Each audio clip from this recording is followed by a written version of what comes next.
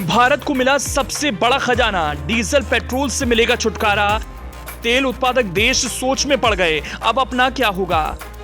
भारत की तकदीर बदलने वाली है, मिल गए संकेत, चीन हुआ परेशान। इस खजाने के मिलने से विश्व की दूसरी बड़ी अर्थव्यवस्था बनने की राह हुई आसान। पाक खुद को कोस रहा, काश भारत से अपनी दोस्ती होती। जिस लक्ष्य को प्रधानमंत्री नरेंद्र मोदी ने अपने लिए साध रखा है, अपनी सरकार के मंत्रियों को दे रखा है, अगर सब कुछ ठीक उसी तरीके से हुआ तो वो दिन दूर नहीं जब भारत की अर्थव्यवस्था दुनिया की दूसरी बड़ी अर्थव्यवस्था होगी। दूसरी क्या, पहली बड़ी अर्थव्यवस्था होगी। जो खजाना भारत को मिला है उसका सही तरीके से इस्तेमाल हुआ तो मान लीजिए डीजल पेट्रोल से चलने वाली गाड़ियों पर निर्भरता खत्म हो जाएगी।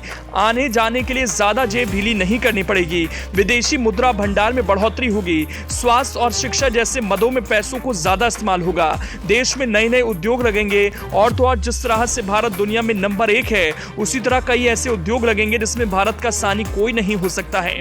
शायद इसीलिए चीन सोच में है, अब अपना क्या होगा। शायद इसलिए पाकिस्तान सोच में है, बेकार से भारत से पंगा लिया।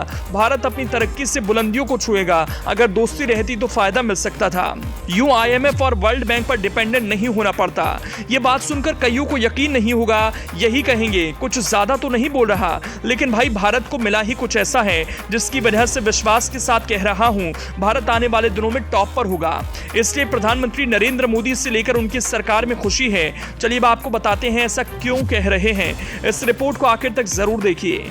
पश्चिम से लेकर दक्षिण तक दुनिया के तमाम देश अब धीरे धीरे अपने ट्रांसपोर्टेशन को ई-व्हीकल्स की तरफ शिफ्ट कर रहे हैं। ऐसे में भारत के जम्मू कश्मीर में लिथियम के भंडार का मिलना किसी जैकपॉट लगने से कम नहीं।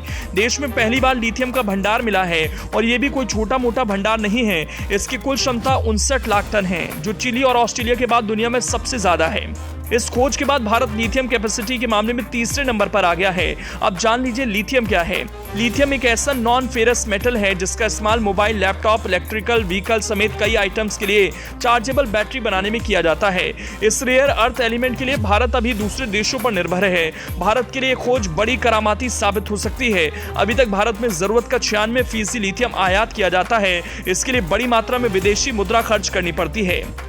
भारत ने 2020-21 में लिथियम आयन बैटरी के आयात पर 8,984 करोड़ रुपए खर्च किए थे। 2021-22 में भारत ने 13,838 करोड़ रुपए की लिथियम आयन बैटरी इंपोर्ट की थी। लिथियम जिसका भंडार जम्मू कश्मीर में मिला है वो 3,384 अरब का खजाना है। भारत लिथियम का सबसे ज्यादा आयात चीन और हांगकांग से करता है। साल दर साल आयात की मात्रा और रकम में जोरदार इजाफा हो रहा है। आंकड़ों के मुताबिक भारत 80% तक लिथियम का आयात चीन से करता है, लेकिन अब देश में लिथियम का जो भंडार मिला है वो चीन के कुल भंडार से करीब 4 गुना ज्यादा है।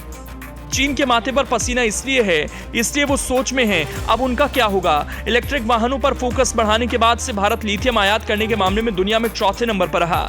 अगर दुनिया में लिथियम भंडार की स्थिति को देखें तो इस मामले में चिली 93 लाख टन के साथ पहले नंबर पर है। ऑस्ट्रेलिया 63 लाख टन के साथ दूसरे नंबर पर है।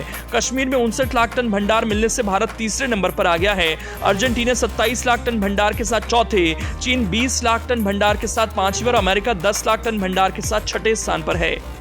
हालांकि लिथियम का भंडार मिलने से ही लिथियम आयन बैटरी का निर्माण करना एकदम आसान नहीं होगा। दरअसल लिथियम का उत्पादन और रिफाइनिंग एक बेहद मुश्किल काम है। इसके लिए अत्याधुनिक तकनीक की जरूरत होगी। लेकिन भारत को अगर दुनिया की नंबर 2 और फिर नंबर 1 अर्थव्यवस्था बनना है तो इस मामले में जो दुनिया नहीं कर पाई, भारत को उनसे बहुत ज्यादा बेहतर करना ही होगा।